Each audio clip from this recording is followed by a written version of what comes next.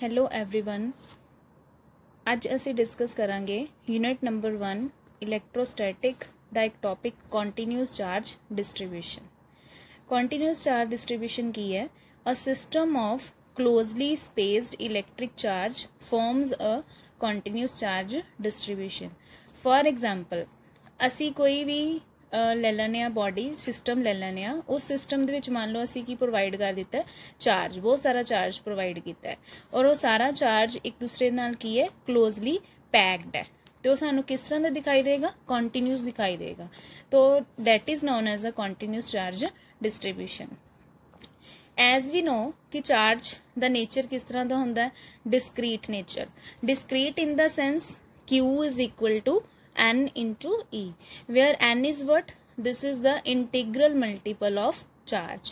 Integral multiple है, कोई fractional value तो है नहीं है। ठीक है, ये तो गल कर रहे हैं माइक्रोस्कोपिक लैवल की, जिहदे चार्ज किस तरह का है? डिस्क्रीट लैवल है, डिस्क्रीट नेचर का है। कुछ इस तरह चार्ज जिहड़ा है वो बॉडी विच असी की कर रहे हैं, प्रोवाइड कर रहे हैं। बट अगर असी मैक्रोस्कोपिक लैवल की गल करिए तो ये जिहड़ा क्वांटाइजेशन टर्म है असी इहनूं इग्नोर कर सकते हैं, क्योंकि इहदे विच की होएगा बहुत सारा चार्ज है और वो सारा चार्ज जिहड़ा सानूं एक होल सिस्टम नूं देखिए, सारे सिस्टम नूं देखिए और मैक्रोस्कोपिक लैवल ते देखिए तो सानूं किस तरह का दिखाई देगा? कॉन्टीन्यूस दिखाई देगा। ठीक है, सो ये की है सिस्टम नूं असीं की बोलांगे कॉन्टीन्यूस चार्ज डिस्ट्रीब्यूशन। इस चीज़ ਨੂੰ ਸਮਝਣ ਦੇ ਲਈ ਅਸੀਂ ਇੱਕ ਕੁਆਂਟੀਟੀ ਨੂੰ ਡਿਸਕਸ ਕਰਦੇ ਹਾਂ, that is known as charge density। ठीक है, सो चार्ज डेंसिटी की है? चार्ज डेंसिटी ਸਾਡੇ ਕੋਲ 3 टाइप्स ਦੀ है, linear charge density, surface charge density and volume charge density. ठीक है, चार्ज डेंसिटी है की है? चार्ज डेंसिटी की है? किसी भी सिस्टम ਨੂੰ ਅਸੀਂ चार्ज प्रोवाइड कर रहे हैं और ਉਹਦੀ ਕੀ डेफिनेशन आएगी? Charge per unit of its dimensions. Okay, तो अगर असी गल करते हैं मान लो लीनियर चार्ज डेंसिटी दी, लीनियर चार्ज डेंसिटी, तो लीनियर चार्ज डेंसिटी है तो it is denoted by lambda नाल असी डिनोट करते हैं इनू। ठीक है, लीनियर की गल कर रहे हैं तो वी आर कंसिडरिंग वायर, असी कोई वायर कंसिडर कर लैने जिहदी लेंथ की है L है। हुण मान लो इहदे उत्ते जिहड़ा असी चार्ज डिस्ट्रीब्यूट करवाया होया वो कुछ इस तरह है, this charge is distributed to this given length. ठीक है, और वो चार्ज कितना है? Q है जिहड़ा असी इहदे ते डिस्ट्रीब्यूट करवाया है। ठीक है, तो लीनियर चार्ज डेंसिटी साडे कोल लैम्डा की आएगी, that is equal to Q by L, where Q is what? This is the charge and this is what? This is the length of this wire। ठीक है, तो this linear charge density is the charge per unit किया जाएगा length। ठीक है, so this is charge per unit length and it is called a linear charge density। मतलब charge given, charge is provided to this given length, that is known as a linear charge density. ठीक है, ये तो असी पूरे system की गल कर लें। अगर असी कोई इस वायर का स्मॉल पोर्शन कंसिडर करते हैं, मान लो असी इन्ना पोर्शन ले लें। ठीक है, हुण असी इन्ना पोर्शन लिया है तो इट मीनस उहदे विच स्मॉल चार्ज लवांगे असी, उहदे विच स्मॉल चार्ज कितना होएगा? DQ होएगा। ठीक है, और उस पोर्शन की लेंथ कितनी होएगी? DL होएगी। तो लैम्डा साडे कोल की बन जाएगा? DQ by DL।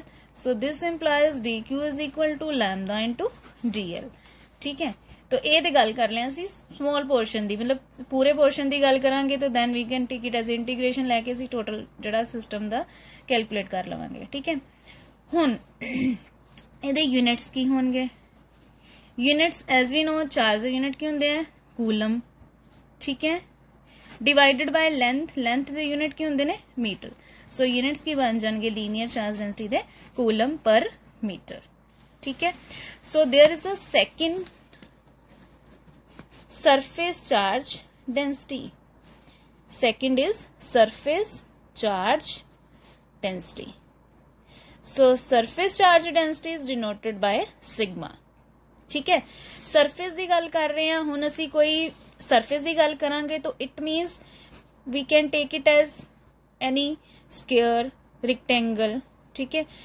कुछ इस तरह ਦੇ ਅਸੀਂ ਡਾਇਮੈਂਸ਼ਨਸ ਕੰਸੀਡਰ ਕਰਾਂਗੇ ਇਹਦੇ ਵਿੱਚ, ਅਗਰ ਅਸੀਂ ਸਰਫੇਸ ਦੀ ਗੱਲ ਕਰਾਂਗੇ।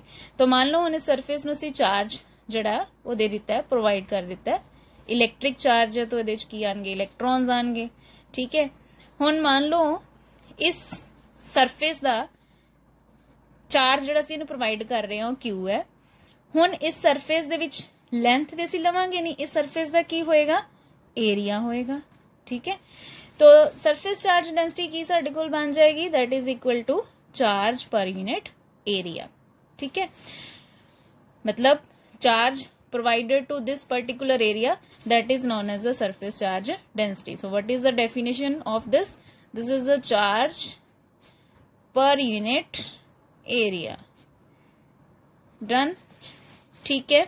हुण असी सेम हेयर असी ਇਹਦੇ ਵਿੱਚ ਕੀ ਕਰ ਲੈਂਦੇ ਆ, ਮੰਨ ਲਓ ਸਮੋਲ ਪੋਰਸ਼ਨ ਕੰਸੀਡਰ ਕਰਦੇ ਆ, ਸਮੋਲ ਪੋਰਸ਼ਨ ਕੰਸੀਡਰ ਕਰਾਂਗੇ, ਇਹਦੇ ਉੱਤੇ ਚਾਰਜ ਕਿੰਨਾ ਹੋਏਗਾ, ਸਮੋਲ ਪੋਰਸ਼ਨ ਦੇ ਉੱਤੇ DQ ਹੋਏਗਾ, ਔਰ ਇਹਦਾ ਏਰੀਆ ਕੀ ਹੋਏਗਾ, DA ਹੋਏਗਾ ਇਸੇ ਪੋਰਸ਼ਨ ਦਾ, ਔਰ ਸਿਗਮਾ ਸਾਡੇ ਕੋਲ ਕੀ ਬਣ ਜਾਏਗਾ, DQ ਬਾय DA for small portion, ਠੀਕ ਹੈ। ਹੁਣ ਅਗਰ ਅਸੀਂ ਇਹਦੇ ਵਿੱਚੋਂ ਕੀ ਕੱਢਣਾ ਹੋਏ, DQ ਕੱਢਣਾ ਹੋਏ, that is equal to sigma into DA।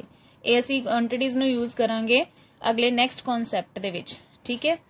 हुण सिमिलरली असी इहदे यूनिट्स कैलकुलेट करांगे। यूनिट्स साडे कोल की होणगे, चार्ज दे यूनिट सानू पता है कूलम ने, और area that is equal to length into breadth and that is metre the square and its unit will becomes coulomb per metre square. Next third, volume charge density, volume charge density, ठीक है। This volume charge density is denoted by rho. Volume की गल करांगे तो असी अपनी daily life च देखते हैं, वॉल्यूम कोई भी एग्जांपल ले लो, क्यूब ले लो, क्यूबॉइड ले लो, ठीक है। हुण असी इहदे विच वॉल्यूम है तो इट मीनस सरफेस से चार्ज नहीं होएगा, पूरा बॉडी दे अंदर जिहड़ा चार्ज असी की करांगे, प्रोवाइड करांगे, मतलब चार्ज जिहड़ा दे अंदर इलैक्ट्रॉन्स जिहड़े जा सकणगे, ठीक है। हुण मान लो इस क्यूबॉइड है और यह क्यूबॉइड है, तो हुण असी इहदे विच पहले जिहड़ी क्वांटिटीज लै रहे सी, लेंथ लै रहे सी, जिहड़ी सैकेंड वन सी उहदे च सरफेस सीगा, third there is a volume, तो आपां क्यूबॉइड कंसीडर कर रहे हैं, तो it means there is a V, इस सरफेस दा की होएगा, सॉरी क्यूबॉइड दा की होएगा, वॉल्यूम वी होएगा, ठीक है। तो चार्ज असी क्यू ही प्रोवाइड कर रहे हैं इहनूं, तो rho this is the volume charge density that is equal to q by v, ठीक है।